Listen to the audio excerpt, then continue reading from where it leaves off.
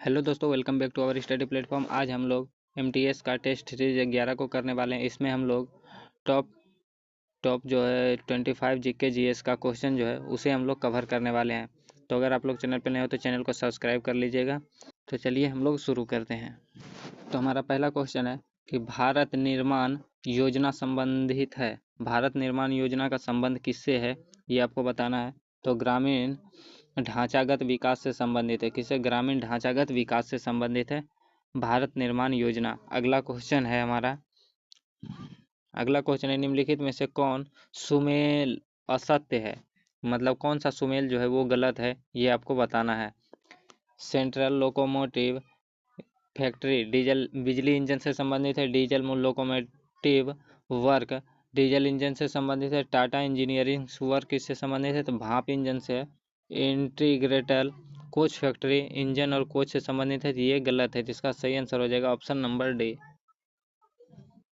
अगला क्वेश्चन है हैदराबाद अपने संग्रहालय के लिए प्रसिद्ध है। उसका संग्रहालय का नाम क्या है? हैदराबाद अपने संग्रहालय के लिए प्रसिद्ध है और हैदराबाद के संग्रहालय का नाम क्या है, ये आपको बताना है। हैदराबाद का संग्रहालय का नाम है सालारगंज संग्रहालय।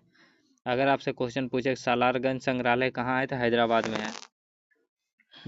अगला क्वेश्चन है हमारा कोणार्क सम्मान कौन प्रदान करता है? कोणार्क सम्मान जो है वो कौन प्रदान करता है?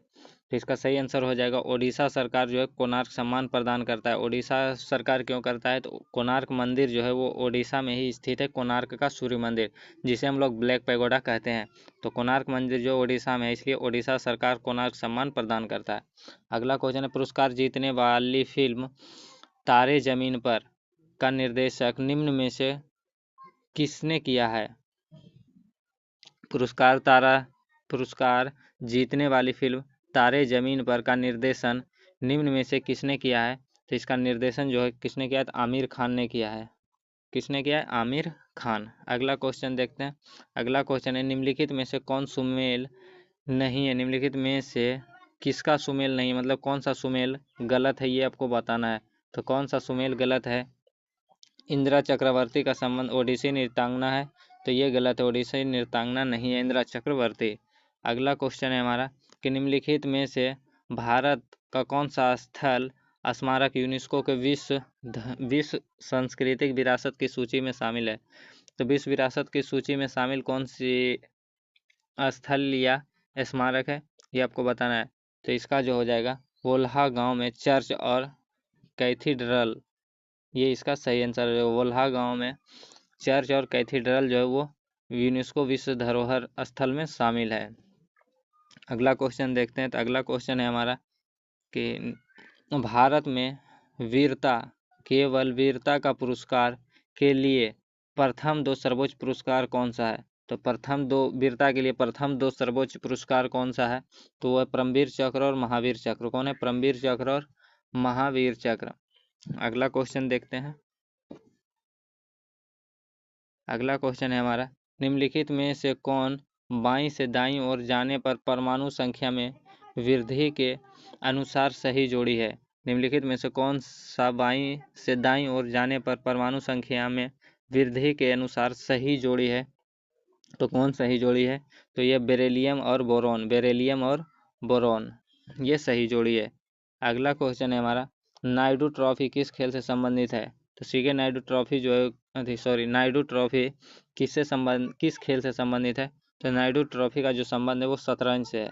किससे? शतरंज से है। सीके नायडू ट्रॉफी अगर पूछे सीके नायडू ट्रॉफी का संबंध किससे?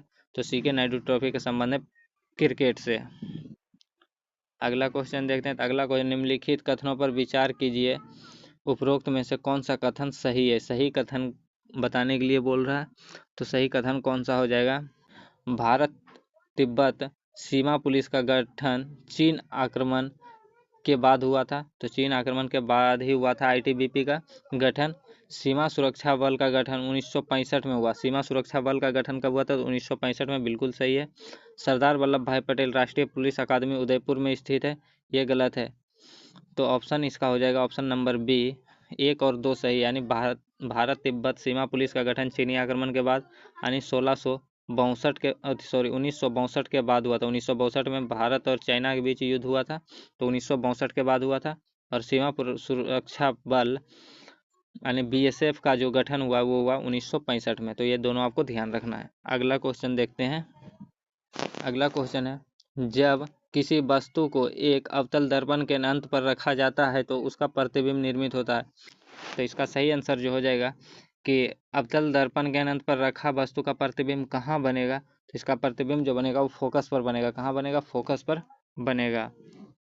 अगला क्वेश्चन है हमारा, निम्नलिखित में से किसे उदान कहा जाता है परंतु वास्तव में उदान नहीं है? निम्नलिखित में से किसे उदान कहा जाता है परंतु वास्तव में वह उदान नहीं है? इसका सही आंसर क्या है? कोलकाता का ईडन गार्डन को उदान कहा जाता है, जबकि वास्तव में कलकत्ता का ईडन गार्डन जो है उदान नहीं है। तो ये आपको ध्यान रखना है। ऑप्शन सी इसका करेक्ट आंसर हो जाएगा। अगला क्वेश्चन देखते हैं। तो अगला क्वेश्चन है हमारा कि मात्र 16 वर्ष की आयु में किस नृत्यांगना को गुरुदेव रविंद्रनाथ ठाकुर ने कथक सामग्री कहकर गौरवान्वित किया था? मात्र 16 वर्ष की आयु में किस नृत्यांगना को गुरुदेव रविन्द्रनाथ ठाकुर ने कथक सामग्री कहकर गौरवान्वित किया था? तो वो कौन सा नृत्यांगना था, ये आपको बताना है। तो इसका सही आंसर क्या हो जाएगा? ये हो जाएगा सितारा देवी। क्या हो जाएगा? सितारा देवी। अगला क्वेश्चन है हमारा, भारत की पहली बोलती फिल्म कौन सी थी? तो बोलती फिल्म पहली थी आलम आरा। और आलम आरा कब प्रकाशित हुआ था? तो ये आपको ध्यान रखना है। 1931 ईस्वी को आलम आरा प्रकाशित हुआ था। और पहली फिल्म कौन सी थी जो कि मूक फिल्म थी, यानी उसमें आवाज़ नहीं था, तो वो था राजा हरिश्चंद्र। और ये कब प्रकाशित हुआ था? ये प्रकाशित हुआ था 1913 ईस्वी को। अगला क्वेश्चन देखते हैं। अगला क्वेश्चन है, एक संस्कृति की मान्यताओं, मूल्य एवं प्रथाओं से संबंधित सिद्धांत को उस संस्कृति के दृष्टिकोण से क्या कहा जाता है? उस संस्कृति के दृष्टिकोण से मान्यताओं, मूल्यों एवं प्रथाओं से संबंधित सिद्धांतों को उस संस्कृति के दृष्टिकोण से क्या कहा जाता है? तो उसे कहा जाता है सांस्कृतिक सापेक्षवाद। क्या कहा जाता है? सांस्कृतिक सापेक्षवाद। ऑप्शन बी इसका करेक्ट हो जाएगा। अगला क्वेश्चन है, अमेरिका में national aeronautics and space act कब पारित हुआ था? अमेरिका में national aeronautics and space act किस वर्ष पारित हुआ था? तो ये पारित हुआ था 1958 में। कब हुआ था? 1958 में। अगला क्वेश्चन है हमारा कि इंदिरा गांधी ए लाइफ इन नेचर पुस्तक के लेखक कौन है? इंदिरा गांधी ए लाइफ इन नेचर पुस्तक के लेखक कौन है? तो ये है जयराम रमेश। कौन है? जयराम रमेश है इंदिरा गांधी ए लाइफ इन नेचर पुस्तक के लेखक। अगला क्वेश्चन है, दादा साहब फाल्के पुरस्कार किस क्षेत्र में महत्वपूर्ण सार्वजनिक उपलब्धियां के लिए दिया जाता है? तो दादा साहब फाल्के पुरस्कार जो दिया जाता है वो दिया जाता है फिल्म क्षेत्र में। कहाँ दिया जाता है? फिल्म क्षेत्र में। और आपको बताना है कि दादा साहब फाल्के पुरस्कार प्राप्त करने वाली पहली महिला कौन थे, ये आपको कमेंट करके बताना है। अगला क्वेश्चन है, 4 साल के लिए निरंतर सबसे शानदार और उत्कृष्ट प्रदर्शन के लिए राष्ट्रीय खेल पुरस्कार डैश है? राष्ट्रीय खेल पुरस्कार कौन है जो चीज़ 4 साल के निरंतर सबसे शानदार प्रदर्शन और उत्कृष्ट प्रदर्शन के लिए दिया जाता है? तो वो है खेल रत्न पुरस्कार। कौन है? खेल रत्न पुरस्कार। ऑप्शन बी इसका करेक्ट आंसर हो जाएगा। अगला क्वेश्चन है, पंडित भीमसेन गुरुराज जोशी। पंडित भीमसेन गुरुराज जोशी डैश के एक भारतीय शास्त्रीय गायक थे। तो कहाँ के शास्त्रीय गायक थे पंडित भीमसेन गुरुराज जोशी? तो इसका सही आंसर जो हो जाएगा वो हो जाएगा कर्नाटक के थे भीमसेन गुरुराज जोशी। अगला क्वेश्चन है हमारा, प्रसिद्ध उपन्यास the heritage of loss. The heritage of loss किसने लिखा है? ये आपको ध्यान रखना, इंपॉर्टेंट क्वेश्चन है। प्रसिद्ध उपन्यास द इनहेरिटेंस ऑफ लॉस के लेखक कौन है? तो वह है Kiran Desai. Kiran Desai. God is small thing, God is small thing के लेखक कौन है? तो वो है अरुंधति राय। कौन है? अरुंधति राय।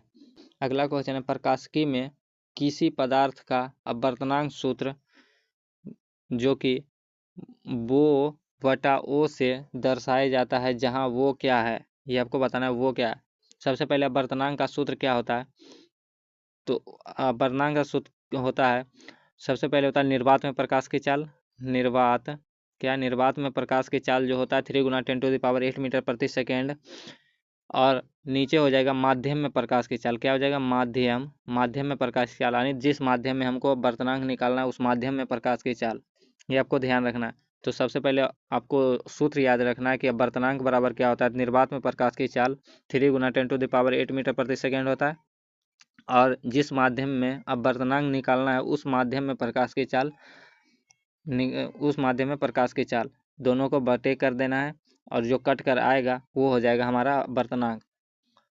तो क्वेश्चन पूछा है बो बटा ओ से दर्शाया जाता है, जहाँ बो क्या है यही पूछा है क्वेश्चन। तो वो ऊपर है, तो ऊपर क्या है, निर्वात में प्रकाश की चाल है, तो निर्वात में प्रकाश की चाल इसका करेक्ट आंसर हो जाएगा।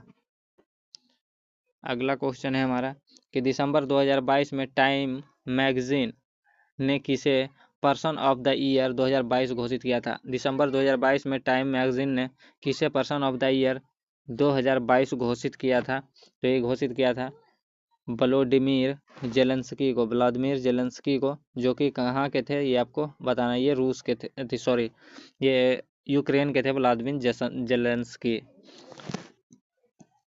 अगला क्वेश्चन है हमारा कि पेरू पैरा बैडमिंटन इंटरनेशनल में भारत ने 6 स्वर्ण पदक सहित कुल कितने पदक जीते थे।